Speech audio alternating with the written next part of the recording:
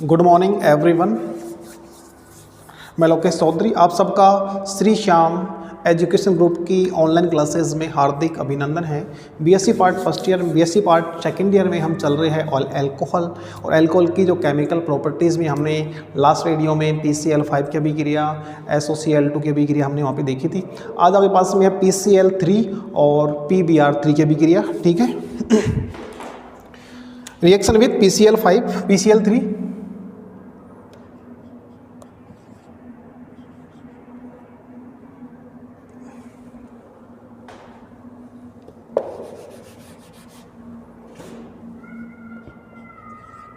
PCl3 के साथ अभिक्रिया,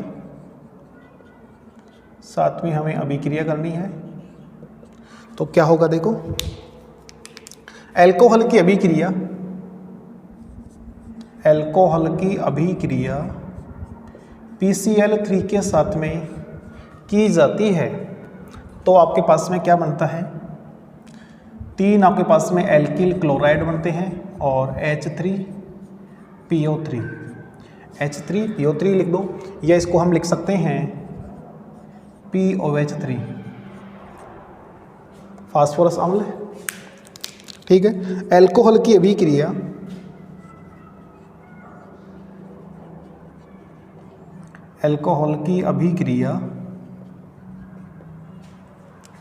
PCl3 के साथ की जाती है तो 3 अणु एल्किल क्लोराइड, 3 अणु आपके पास में एल्किल क्लोराइड के बनेंगे, वह फास्फोरस एसिड का निर्माण होता है, फास्फोरस अम्ल का निर्माण होता है, फास्फोरस अम्ल का निर्माण होता है। और रिएक्शन कैसे होती है आपके पास में देखो, ROH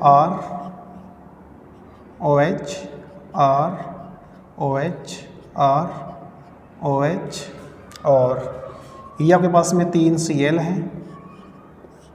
ठीक है, यहाँ से आपके पास में H3PO3, इसको आप बाहर निकाल देंगे, H3PO3 बाहर निकलेगा तो आपके पास में 3 RCl, 3 आपके पास में RCl का निर्माण होता है, 3 अणु, और आपके पास में 1 अणु H3PO3 का निर्माण होता है जिसको हम फास्फोरस अम्ल कहते हैं, फास्फोरस अम्ल। ठीक है, इसको नोट करो रिएक्शन को, फिर हम इसकी क्रियाविधि देखते हैं। इसकी क्रियाविधि इंपॉर्टेंट है।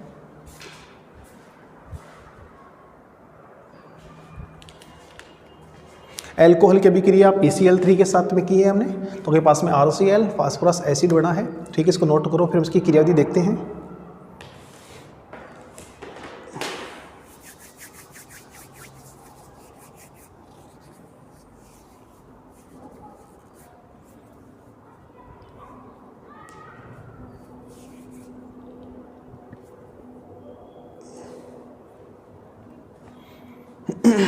अब देखो इसकी क्रियाविधि,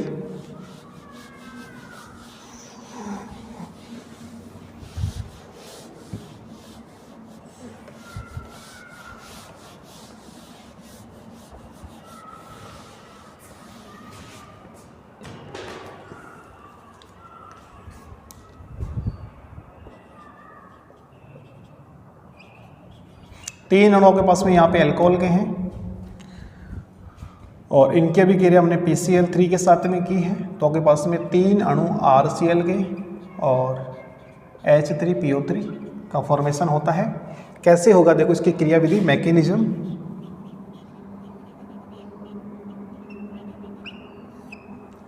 सबसे पहले हमने लिया है अल्कोहल,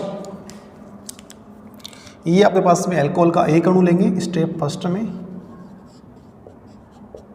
अल्कोहल का 1 अणु लेते हैं, ये इसके लॉन पेयर है।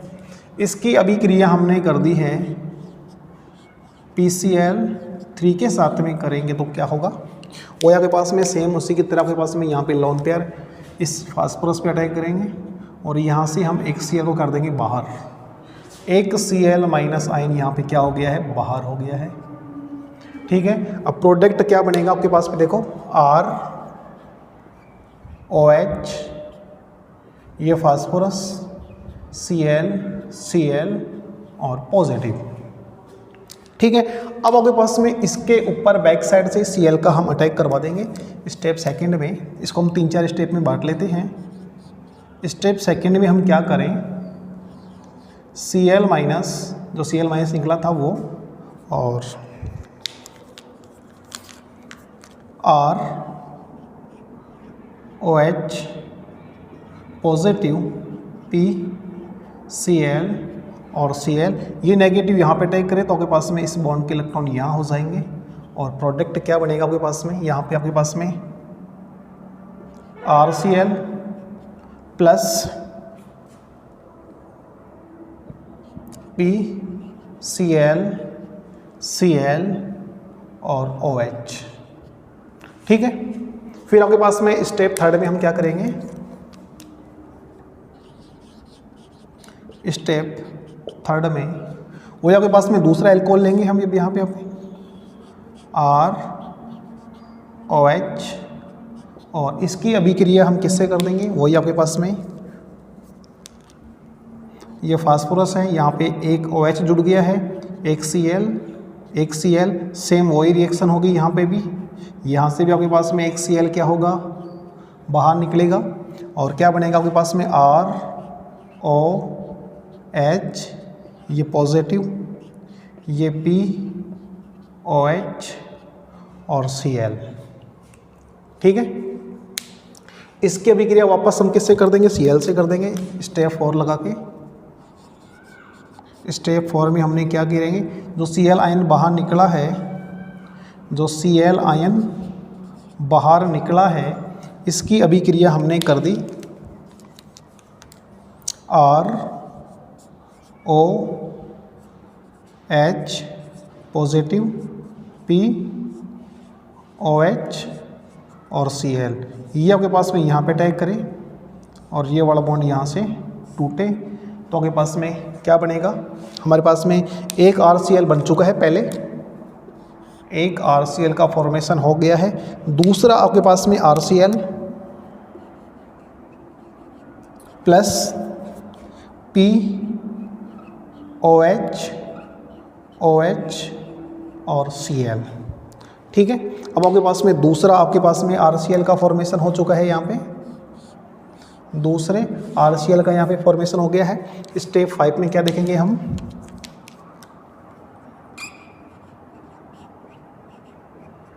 आपके पास में इसकी अभिक्रिया हम फिर आपके पास में एक और एल्कोहल लेंगे, उसके साथ में कर दें POH OH और ये Cl, वो आपके पास में लॉन पेयर इस फास्फोरस पे अटैक करें और यहाँ से इस Cl को हम बाहर कर देंगे और क्या बनेगा आपके पास में ROH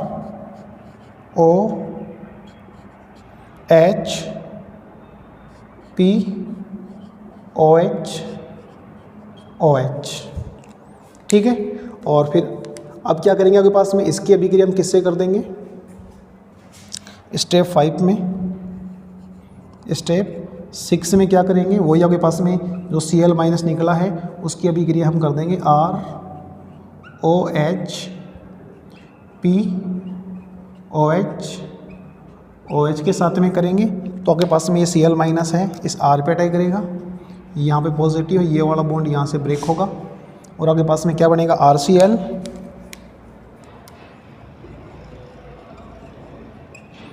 plus POH OH OH, इसको आप लिख सकते हैं ऐसे POH3 भी लिख सकते हैं या इसको आप PH3PO3 भी लिख सकते हैं। ये आपके पास में तीसरा RCl बना है, ये जो है RCl आपके पास में देखो 1 2 3 आपके पास में RCl बन गए हैं। एक आपके पास में प्रोडक्ट आपके पास में H3PO3 लिख दो, या आपके पास में POH3 भी इसको लिख सकते हैं। इसको नोट करो और इसको दोबारा समझो फिर लिखने के बाद में।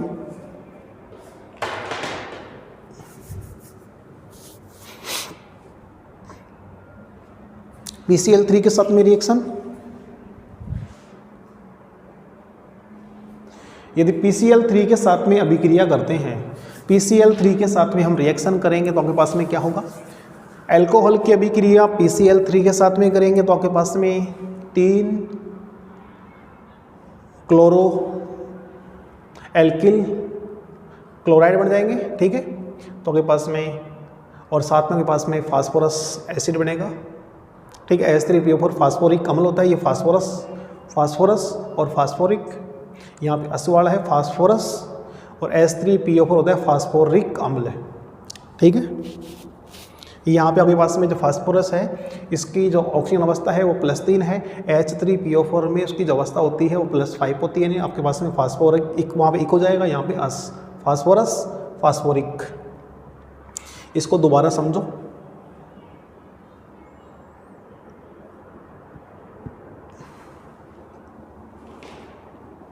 आपके पास में 3 अल्कोहल के अणु लेने हैं, उसकी अभिक्रिया PCl3 के साथ में करेंगे तो आपके पास में सबसे पहले हमने पहला अल्कोहल ले लिया है, ये आपके पास में पहला अल्कोहल है। इस पहले अल्कोहल की अभिक्रिया PCl3 के साथ में करेंगे। यहाँ पे फास्फोरस का अष्टक कंप्लीट नहीं है, अष्टक पूरा करने के लिए आपके पास में ये वाले इलेक्ट्रॉन यहाँ पे अटैक करें, ठीक है। तो यहाँ से आपके पास में ये Cl, एक Cl क्या हो जाएगा बाहर, और आपके पास में R, ये जो O है इस P के साथ में क्या कर लेगा, बॉन्ड बना लेता है, ठीक है। अब बॉन्ड बनाने के बाद में इसकी अभिक्रिया जो Cl- आयन है वो इससे करवाएं, तो Cl- आयन आपके पास में क्या करेगा, ये आपके पास में कैसा है, पॉजिटिव है, ये आपके पास में यहाँ पे अटैक करे, और ये वाला बॉन्ड यहाँ से क्या होगा आपके पास में ब्रेक, और यहाँ से आपके पास में पहला RCl प्राप्त हो गया आपको। साथ में आपके पास में इस P के साथ में एक OH जुड़ गया है, 2 आपके पास में Cl है, एक आपके पास में OH है, एक आपके पास में क्या है, Cl है, ठीक है। इन हाइड्रोक्सो फास्फोरस डाई क्लोराइड। फिर आपने दूसरा अल्कोहल लिया है, ये आपके पास में दूसरा अल्कोहल 3 लेने हैं, दूसरा अल्कोहल वही आपके पास में इसके साथ भी रिएक्शन करवाएंगे, वही लोन पेयर यहाँ पे अटैक करेंगे, एक Cl को और बाहर कर दो, और फिर आपके पास में सेम इसी की तरह आपके पास में प्रोडक्ट बनेगा, ठीक है। इसके भी जो निकलने वाला Cl है उसके साथ में करेंगे तो आपके पास में ये वाला यहाँ पे अटैक करेगा, ठीक है। और आपके पास में ये वाला बॉन्ड यहाँ से ब्रेक होकर आपके पास में दूसरा RCl बनेगा, और यहाँ पे इस फास्फोरस के साथ में 2 OH और एक Cl जुड़ गया है, ठीक है। फिर आपके पास में ROH, फिर आपके पास में POH OH Cl, ठीक है। तो यहाँ के पास में वही लोन पेयर यहाँ पे अटैक करेंगे, एक Cl को अपन और बाहर निकाल देंगे, और एक Cl बाहर निकलेगा तो आपके पास में यहाँ पे अब लगा देंगे पॉजिटिव, ठीक है। अब यहाँ पे पॉजिटिव लगाने के बाद में इसके भी क्रिया Cl से करेंगे तो Cl यहाँ पे अटैक करेगा, यहाँ से ये वाला बॉन्ड टूटेगा तो आपके पास में OH OH OH 3 OH वाला फास्फोरस अम्ल, और आपके पास में एक RCl प्राप्त होता है, ठीक है। इसको नोट करो, अगर यहाँ पे आपके पास में CH3 CH2 OH होता, अगर CH3 CH2 OH होता तो क्या होता, देखो उसकी रिएक्शन कैसे होती। एक क्रियाविधि और देख लेते हैं इसकी हम।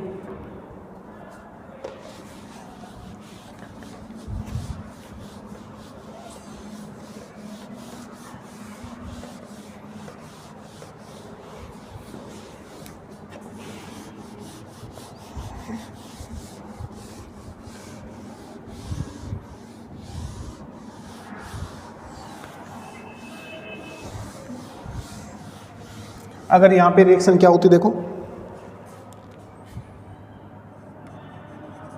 CH3 CH2OH और इसके 3 अणु होते और रिएक्शन हम PCl3 के साथ में करते तो क्या बनता, CH3 CH2 Cl, और साथ में आपके पास में वही आपके पास में H3PO3 बनेगा, इसमें कोई चेंजिंग नहीं होगी, ठीक है। यानी आपके पास में ethanol phosphorus trichloride phosphorus trichloride, तो आपके पास में क्लोरोएथेन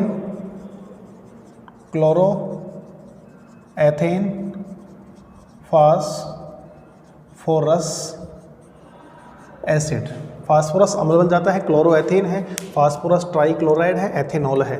इसकी हम क्रियाविधि देखें तो देखो इसकी मैकेनिज्म सेम प्रोसेस में होगी, बस इसकी मैकेनिज्म की बात करें, स्टेप फर्स्ट में देखिए क्या होता है, 3 स्टेप पे करेंगे सिलेक्शन डेवलपमेंट। ठीक है। फर्स्ट स्टेप में हमने क्या किया देखो सबसे पहले हमने एक अल्कोहल लेंगे CH3 CH2OH, ये इसके लगे हैं लोन पेयर, और इसकी अभिक्रिया हमने कर दी PCl3 के साथ में, ये फास्फोरस Cl और Cl। पहले आपके पास में रिएक्शन में क्या होगा, जो लोन पेयर है इस Cl पे अटैक करेंगे और यहाँ से आपके पास में एक Cl को हमें करना पड़ेगा बाहर, और क्या बनेगा CH3 CH2OH, और यहाँ पे आपके पास में फास्फोरस के साथ में हमें लगाने हैं 2 Cl, और आपके पास में यहाँ पे होगा पॉजिटिव। इसी स्टेप में हमें क्या करना है, इसकी अभिक्रिया जो Cl माइनस आयन निकला है उसकी अभिक्रिया कर देंगे इसी के साथ में, Cl माइनस प्लस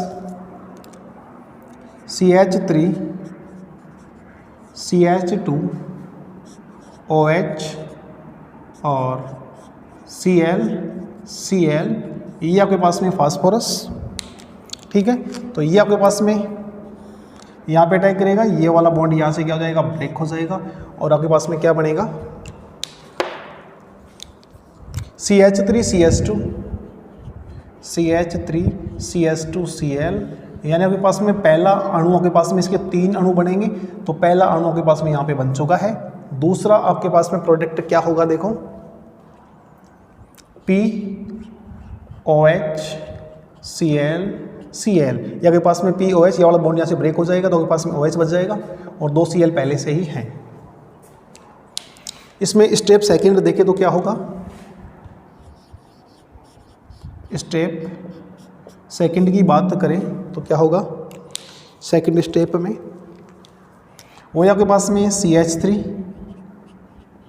CH2OH, इसकी अभिक्रिया हम इससे कर देंगे POH Cl और Cl, ठीक है। और ये जो लोन पेयर है वो यहाँ पे अटैक करें, यहाँ से आपके पास में Cl माइनस आयन निकले, और क्या प्रोडक्ट बनेगा देखो, CH3 CH2OH, और यहाँ पे आपके पास में फास्फोरस OH Cl, ठीक है। इसके अभिक्रिया हम वो आपके पास में Cl आयंस निकला है उसके साथ में कर दें, और Cl आयंस के साथ में करेंगे तो क्या होगा, CH3 CH2OH, और यहाँ पे Cl, ये पॉजिटिव,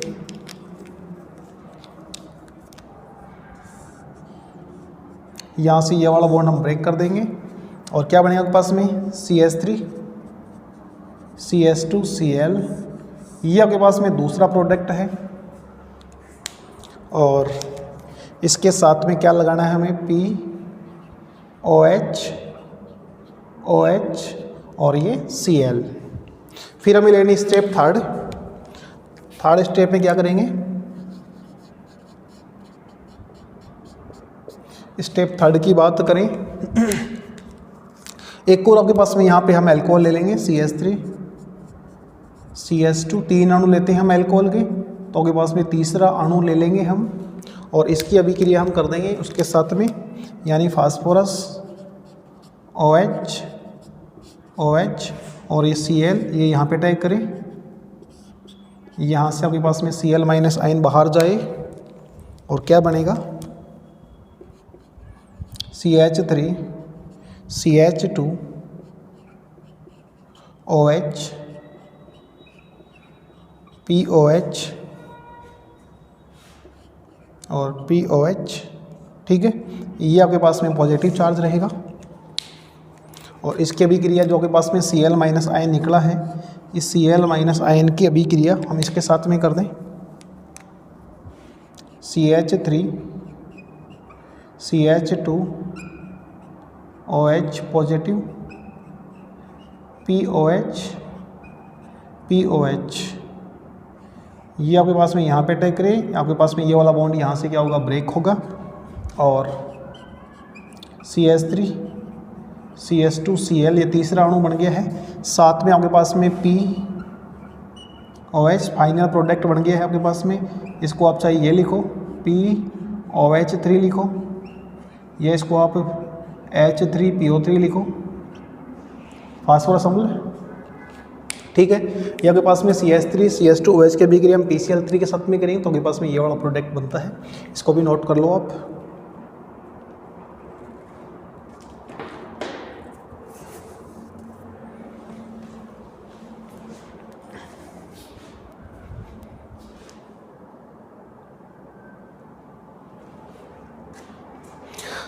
इसकी अभिक्रिया हम PCl3 के साथ में करते हैं या PBr3 के साथ में करते हैं तो सेम प्रोडक्ट बनता है। अभी हम PBr3 की हम रिएक्शन देखेंगे, क्रियाविधि तो सेम सी है आपके पास में, सेम आपके पास में जहाँ पे आपके पास में Cl है वहाँ हमें Br का हम लेना है बस।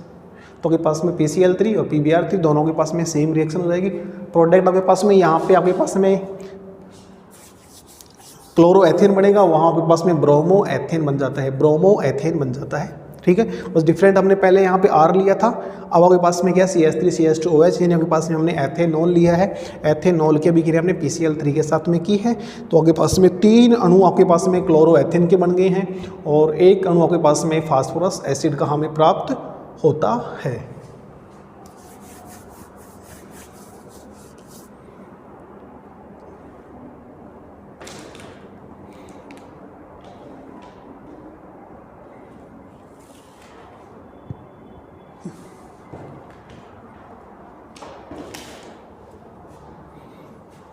ठीक है, आगे देखो, इसको नोट कर लो आप।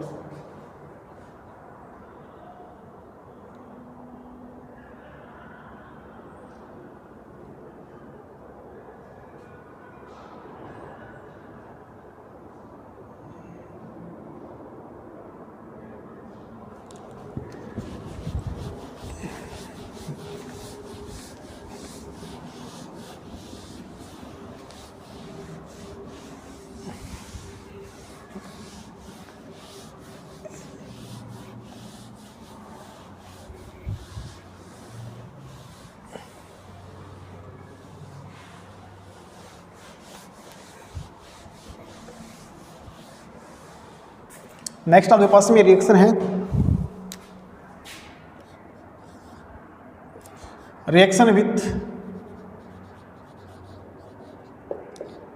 PBr3 phosphorus tribromide. Same reaction आपके पास में वहाँ पे PCl3 था, फास्फोरस ट्राईक्लोराइड, यहाँ फास्फोरस ट्राईब्रोमाइड है। सेम रिएक्शन हो जाएगी यहाँ आपके पास में 3ROH प्लस PBr3 और यहाँ आपके पास में 3RBr और वही आपके पास में H3PO3 का फॉर्मेशन होता है।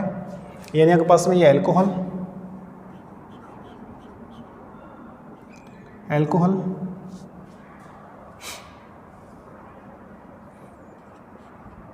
ये आपके पास में फास्फोरस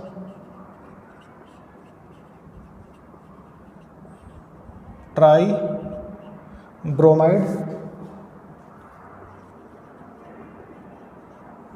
ये आपके पास में एल्किल ब्रोमाइड, वो आपके पास में फास्फोरस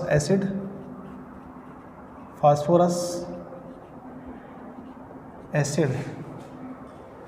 ठीक है, अगर आपके पास में यहाँ पे हम ये लेते हैं CH3 CH2 OH, इसके हम 3 अणु लेते हैं, यहाँ हम PBr3 लेते हैं तो आपके पास में 3 अणु CH3 CH2Br प्लस H3PO3 का यहाँ पे फॉर्मेशन होगा।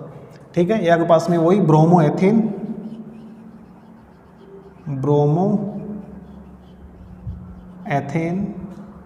Phosphorus acid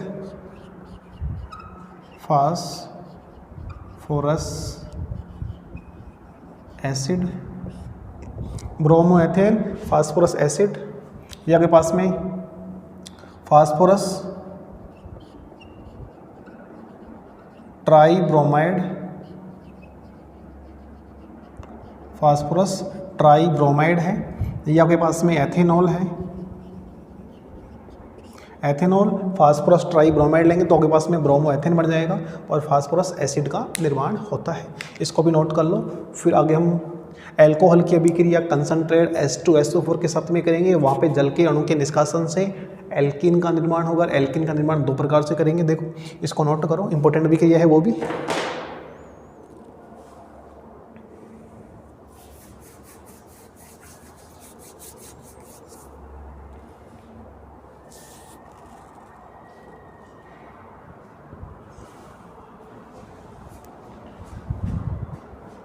reaction with PBr3,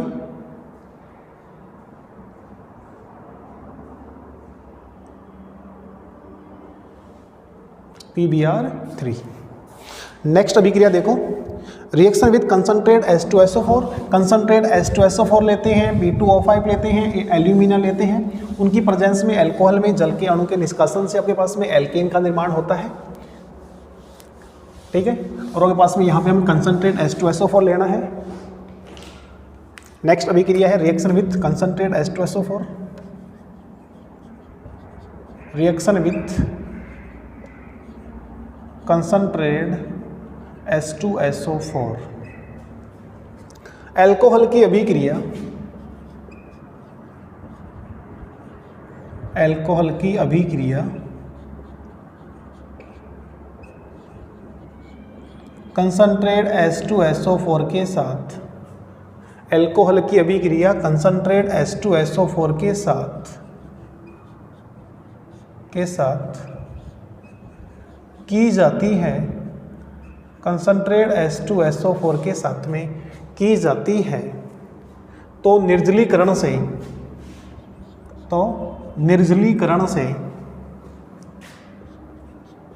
निर्जलीकरण से एल्कीन का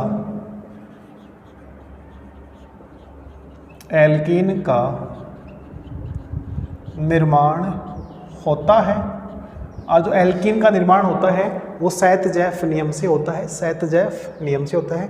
अभी देखते हैं के पास में सैतजेफ नियम क्या होता है। अल्कोहल की अभिक्रिया कंसंट्रेट H2SO4 के साथ में की जाती है, तो निर्जलीकरण से हमारे पास में क्या बनेगी, एल्कीन बनेगी, ठीक है।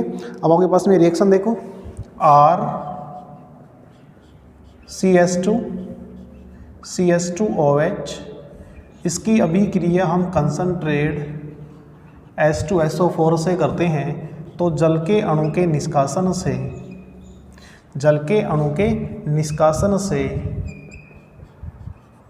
एल्कीन का निर्माण होता है। इसकी हम मैकेनिज्म देखें, ये आपके पास में रिएक्शन है। अगर आपके पास में मैकेनिज्म क्या हो सकती है इसकी,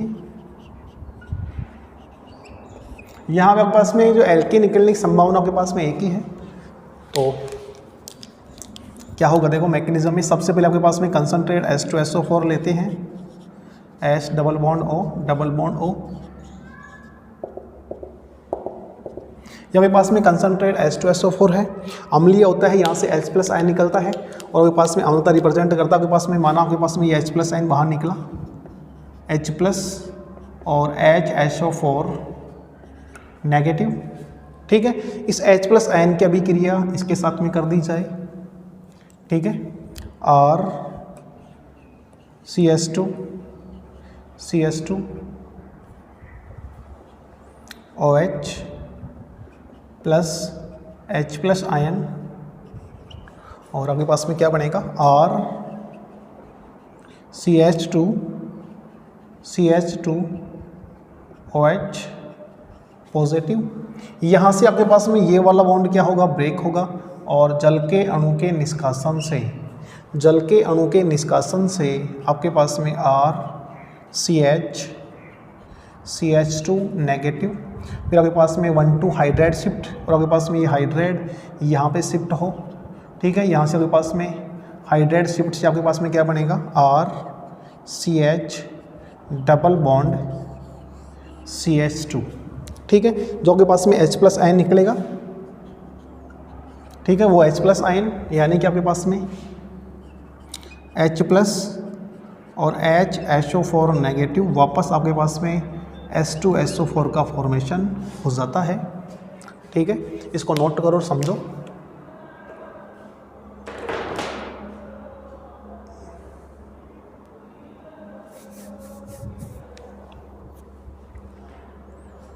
इस सभी क्रिया को लिखो, फिर हम आगे चलते हैं। इसको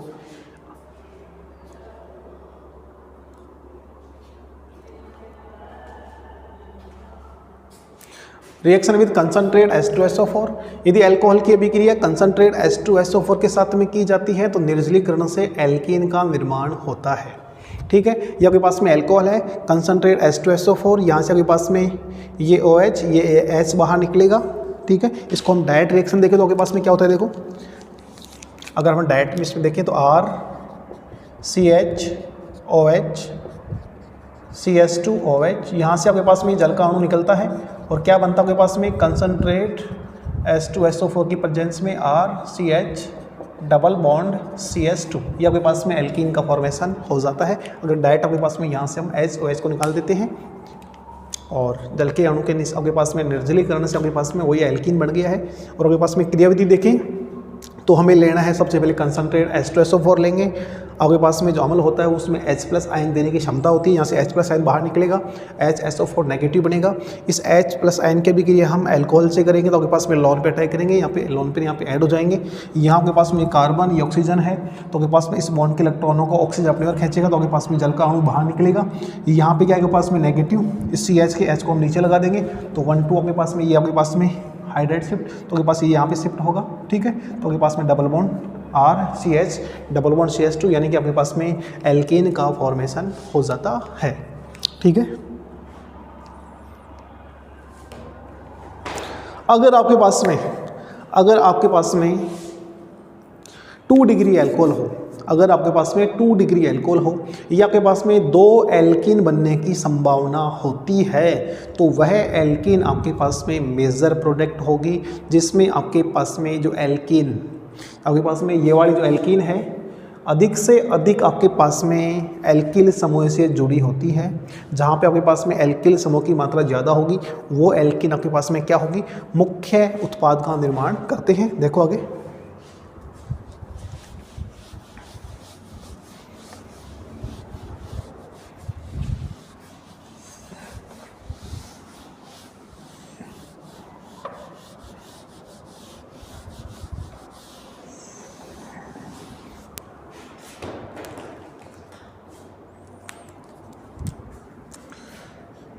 जब अल्कोहल की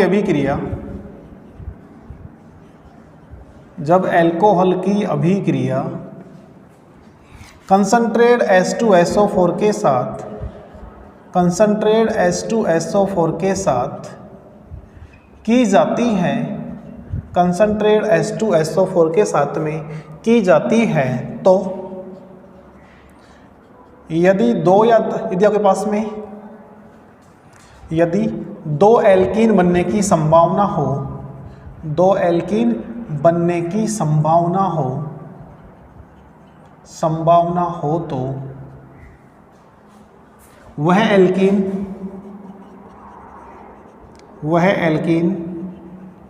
मेजर प्रोडक्ट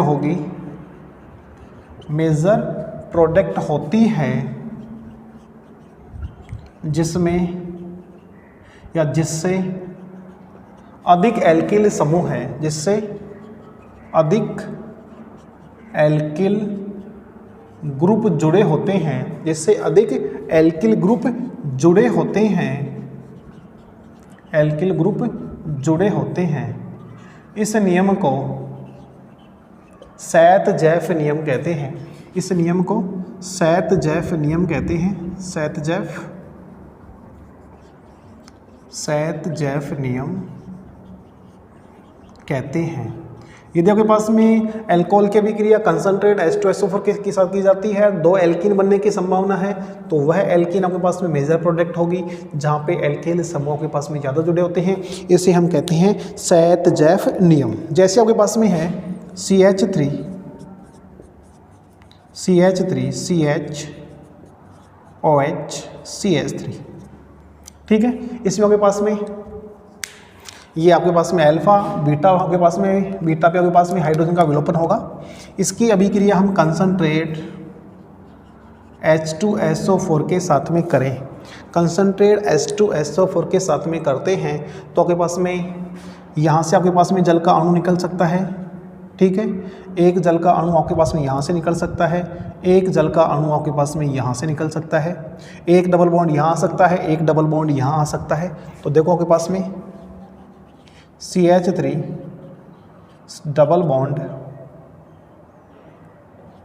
CH, एक एल्कीन आपके पास में ये बन सकती है, दूसरी एल्कीन बन सकती है आपके पास में CH डबल बॉन्ड CH2, ठीक है। इसका हम IPC नेम लिखें तो क्या होगा,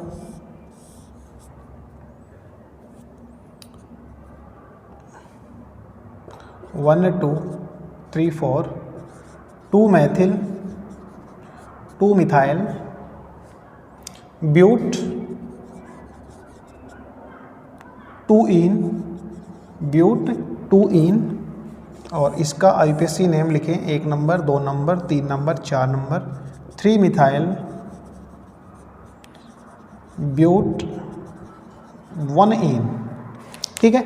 इन दोनों में आपके पास में एक एल्कीन आपके पास में ये है और एक एल्कीन आपके पास में ये है। सहतजेफ नियम के अनुसार वह एल्कीन आपके पास में मेजर प्रोडक्ट होती है, ये एल्कीन आपके पास में क्या है, मेजर प्रोडक्ट है। इसे हम कहते हैं माइनर प्रोडक्ट, माइनर प्रोडक्ट कहते हैं, क्योंकि यहाँ पे आपके पास में जो एल्कीन है इससे आपके पास में कम ग्रुप जुड़े हुए हैं। आपके पास में ये वाले एल्कीन से आपके पास में 1 2 3 समूह जुड़े हुए हैं, यहाँ के पास में केवल एक ग्रुप जुड़ा हुआ है, तो आपके पास में कैसा होगा, माइनर प्रोडक्ट होगा। ऊपर वाला के पास में क्या होगा, मेजर प्रोडक्ट होगा। इसको भी आप नोट कर लो, इसका भी हम IPC नेम लिख सकते हैं। इसका IPC नेम हम लिखें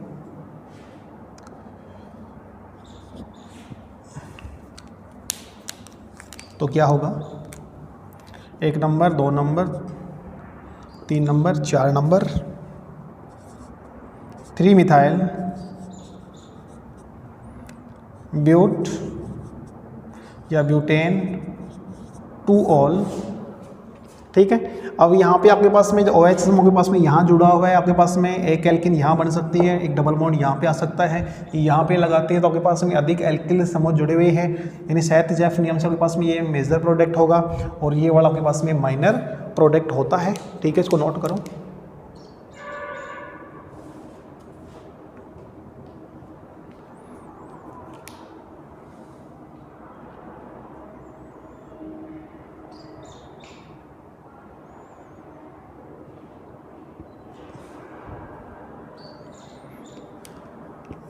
अगर आपके पास में ये रिएक्शन ऐसी होती, CH3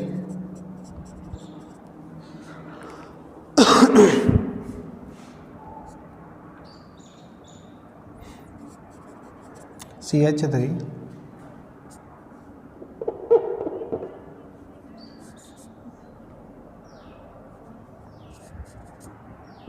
CH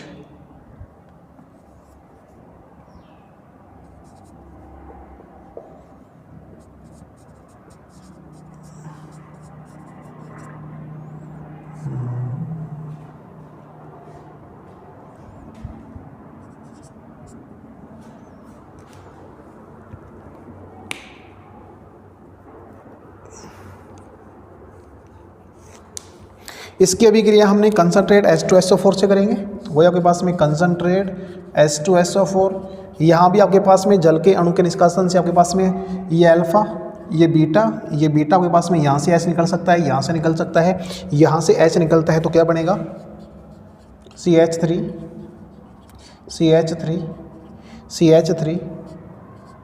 और CH डबल बॉन्ड CH, एक प्रोडक्ट आपके पास में ये बनेगा और दूसरा प्रोडक्ट बनता है CH3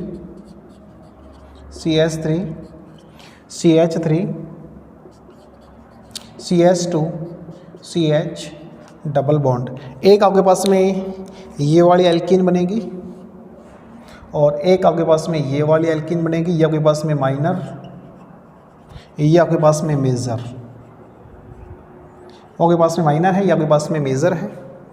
ठीक है, इसका भी हम आईपीएसी नेम लिखें तो क्या होगा आपके पास में IUPAC name, 1 number, 2 number, 3 number, 4 number, 5 number.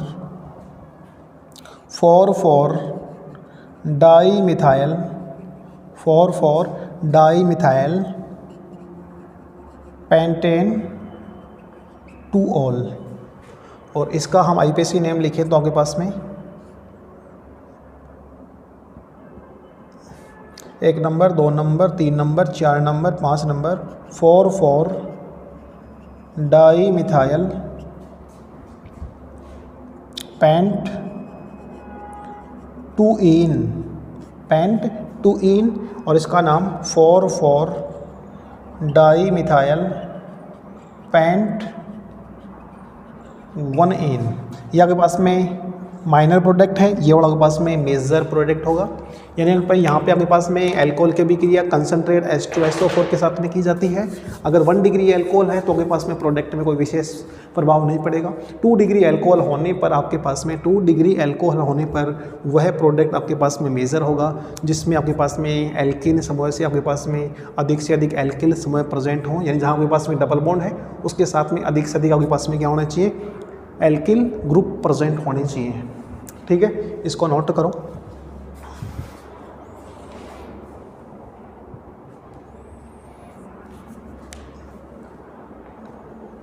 यानी आपके पास में कंसनट्रेट H2SO4 के साथ में की जाती है। यदि आपके पास में एल्कोहल की अभिक्रिया कंसनट्रेट H2SO4 के साथ में करें, एल्यूमिना के साथ में करें या P2O5 के साथ में करें, इनको गर्म करते हैं तो आपके पास में यहाँ से जल के अणु के निष्कासन होता है। यानी आपके पास में जल का यहाँ पे क्या होता है, निर्जलीकरण होता है। ठीक है, और हमने कंसनट्रेट H2SO4 लिया है, हमने एल्कीन बनी है और एल्कीन का नियम कंसनट्रेट H2SO4 के साथ सैत-जैफ नियम से होता है। सैत-जैफ नियम ये कहता है कि यदि आपके पास में एल्कोहल की अभिक्रिया आप कंसनट्रेट H2SO4 से करते हैं और हमारे पास में 2 या 2 से अधिक या 2 हमारे पास में एल्कीन बनने की संभावना है, तो वह एल्कीन मेजर प्रोडक्ट होगी, वह एल्कीन मेजर प्रोडक्ट होगी जिसके साथ में अधिक से अधिक एल्किल ग्रुप प्रेजेंट होते हैं। और वह एल्कीन आपके पास में माइनर प्रोडक्ट होगी जिसके साथ में कम से कम एल्किल समूह जुड़े होते हैं। ठीक है, आगे के पास में जो केमिकल प्रॉपर्टीज़ की रिएक्शन है उन्हें हम नेक्स्ट वीडियो में पढ़ेंगे। धन्यवाद।